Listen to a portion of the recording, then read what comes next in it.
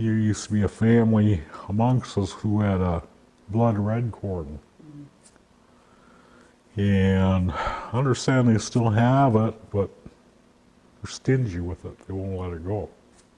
It's all right, that's theirs. That belongs to them.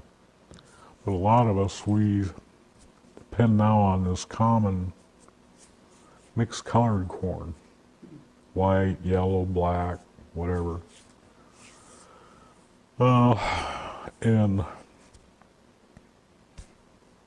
that's what we have to do to continue. Adaptation, we call it. If we didn't adapt, you, I, whoever would be gone.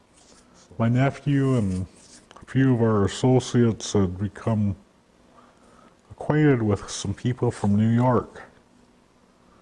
We've started trading seed. And the intent is to save a portion of that seed and try and grow some now and crossbreed it with our existing seed to re-strengthen a stock, or, and we had tobacco. We grow tobacco for sacred doings, and they're the biggest babies there are. They're more possessive than the possessive girlfriend or whatever, but they require time. They're worse than children, and you gotta baby them. You gotta be with them. You gotta talk with them. They're social plants. They don't have that interaction. Their leaves won't come out as big. They're very particular on who touches and grows those. Young ladies aren't permitted to work with them. It's only the elders and people who aren't under the influence of drugs or alcohol, and so they're that sensitive. We garden, and I'm glad that they're doing that for their communities. Well, when I say we garden, I'm talking we garden. It's nothing like that. That's like a flower box.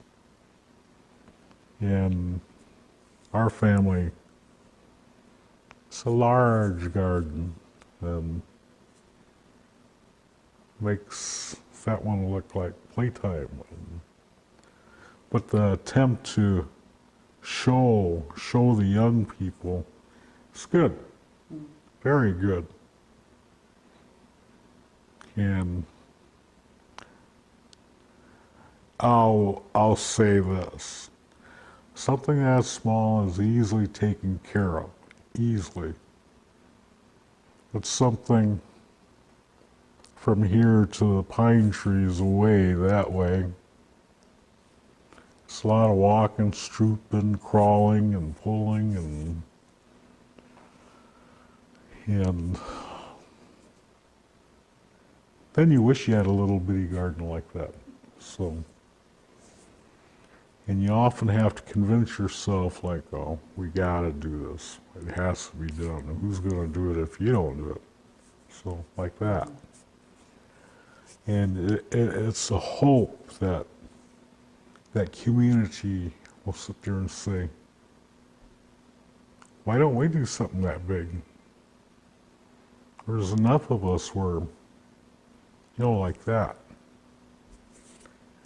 And I wish communities would say, hey, give us a quarter acre so we can plant. That'd be fantastic. Squash, corn, beans. But right now, the little gardens are fine until that need for it grows into those individuals. And maybe that's a fine way to grab your young people from letting them go astray too far and reach back and say, hey, help us with this, take part in this, or even with adults who are attempting to straighten out their lives and say, well, yeah, I'll occupy my time doing this, rather than trying to figure out how to beat the system or think they're beating the system. Sweet dream. Perfect soil. Anything that we have now, we have very few farmlands on our sides of the river which are not suitable for the growing that we need. Presently, my nephews, we go on lease lands for a season. We have somebody plant for us. But as far as the cultivating and caretaking, we do that. Here, this is a sweet site. As Muscadet is, but that's 99 miles away. We have a few farms to the north on this side of the Black River, black earth, not sand. So, if you ever looked at the little bitty gardens at Blue Wing or Sand Pillow, sand. These people bring in soil. So, yeah. You can't farm in sand unless you're doing potatoes, so, yeah. Okay. So the soil up here is rich? Oh, definitely. And it was within my jobs, I guess, the personal aspects, though, also, as I used to work at Heritage Preservation. And we still do. We still plant cornfields of our own native corn species for tribal members to use. And we have spells where we don't get any. And you go back in and you look and you see it's either too dry or it's just too wet. And that seems to be increasing more and more. We get very, very few successful harvests off of the big cornfields that we plant, where we used to be able to just put the seed out and they would just grow. They would go, and the weather would never perfect, but it would be enough for them to grow and you get a successful harvest. And we're seeing lesser and lesser yields on those type of plants. And we find that it's not the seeds themselves. We'll take the seeds, and where if you take care of them individually in smaller plots, they come up just fine. But when you put them out again in these big fields and kind of just let nature take care of it and go, they're not coming up. And again, it's not the soil, it's not the seeds, a lot of it has to do with the weather, and we're seeing these changing weather patterns. So when I was in Heritage Preservation, we started taking to creating smaller plots where we could provide a little bit more care and a little bit more maintenance so that we could up the yield. I'm very much an amateur. I would say we're very much amateur foragers. We have our mentors and the people that we like, that are go-to people, of course, our books, but we do have individuals very knowledgeable that we go and speak with and talk to and learn different things from. And in that instance, because it's new to me, I think my wife would be able to give a lot more insight into it. But in some of the individuals that we talk with, like I said, we're amateurs. We go out and harvest here and there, get a few things, and it's a fun pastime for us. But for one individual I'm thinking of in particular, he does this all the time. This is how he feeds himself and his family. And he has provided us information. And just like in this last year, going and speaking with him on the classes, the berries, the fruiting plants that didn't fruit this year because of some very odd weather patterns that took place in the spring. And again, coming from a guy who spent the better part of his life living in the woods, watching this, he's in tune, he knows when things come into season. For him to come to say, these are really strange weather patterns. I've not seen it like this before, and this has been going on for the last couple of years. And he would attribute that. He knows there's climate change, there is a change occurring. But that really makes us sit up and take notice. We did look at a long-term long-term data on how actual temperature and precipitation has changed over the last 60 years or so. We used a lot of that information to better understand how changes in temperature and precip were impacting corn and soybean yield trends over the last 30 or 40 years. Overall, the trends that we found across the state of Wisconsin for temperature was that the most significant warming trends were occurring during winter and springtime and at nighttime, and that there are large portions of the state that have seen trends towards a very large decrease in the frequency of very cold nights or below zero. So overall, while we've seen quite a bit of warming, most of it is focused during the wintertime and during nighttime. We generally saw that about 30% of the year-to-year variation in yields were contributed to those trends in climate on a county-by-county basis, which is a pretty large, I guess, percentage of what you would expect to see.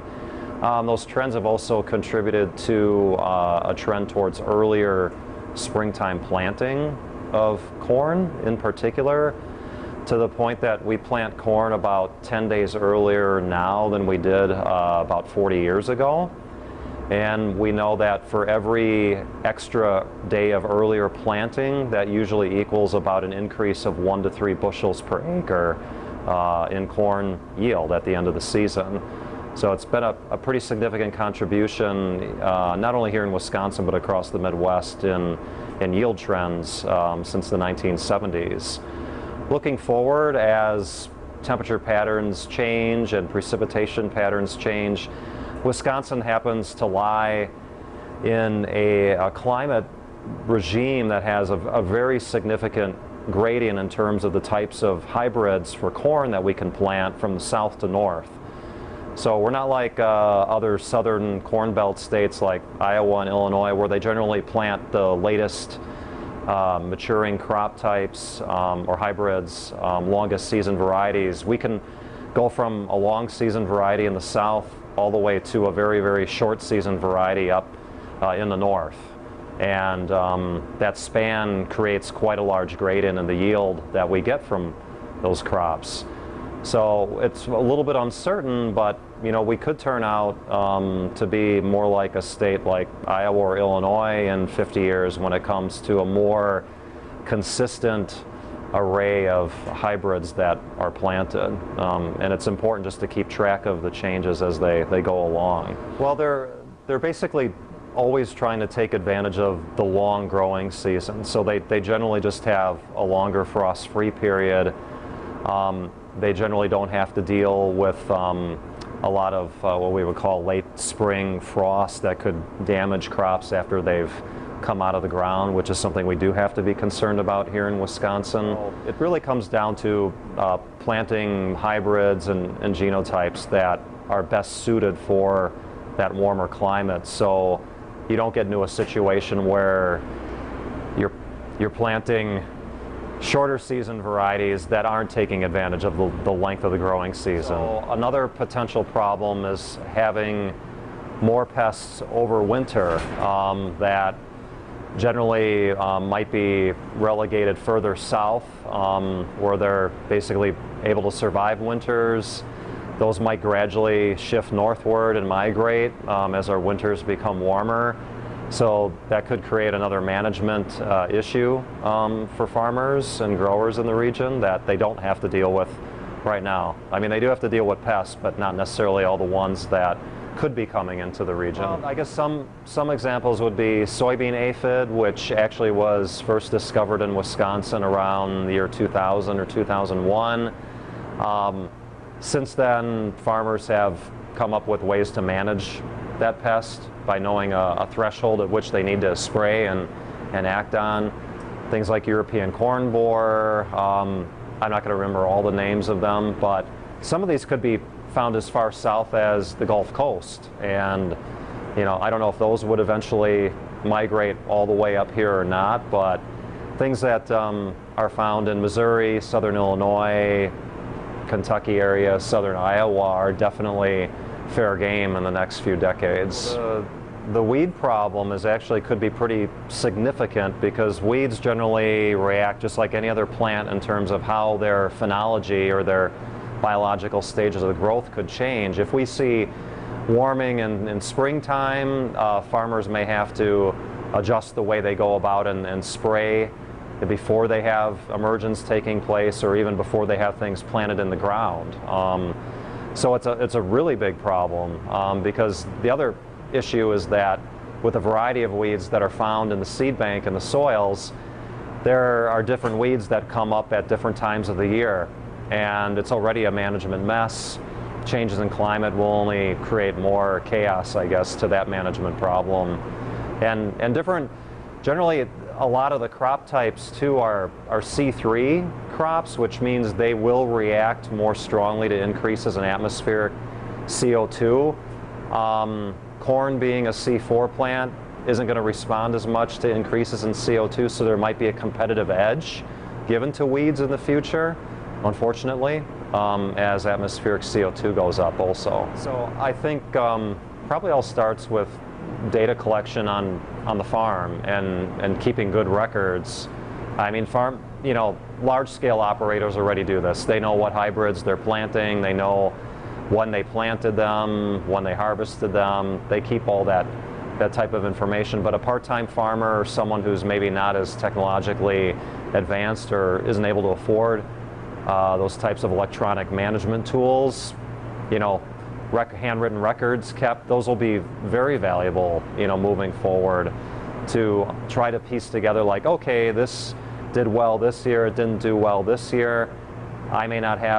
That person may not have the expertise necessarily to piece those pieces of information together, but surely we have expertise at the university that can help. And we're already tracking a lot of these things, temperature trends and precipitation patterns and trends in planting and harvesting of different crops, as well as pests, I guess, too, and when they show up. For most of our traditional crops, it's really understanding how climate has changed in a way to affect your growing season length, as well as the number of growing degree days that you have available in a season. You want to make sure that you're planting the hybrid that's best suited for your region based on the recent weather and climate, and that might mean just the last 5 or 10 years rather than the last 30 or 40. And I think crop consultants and seed companies are kind of on top of these things already and making sure that people get what they're supposed to have.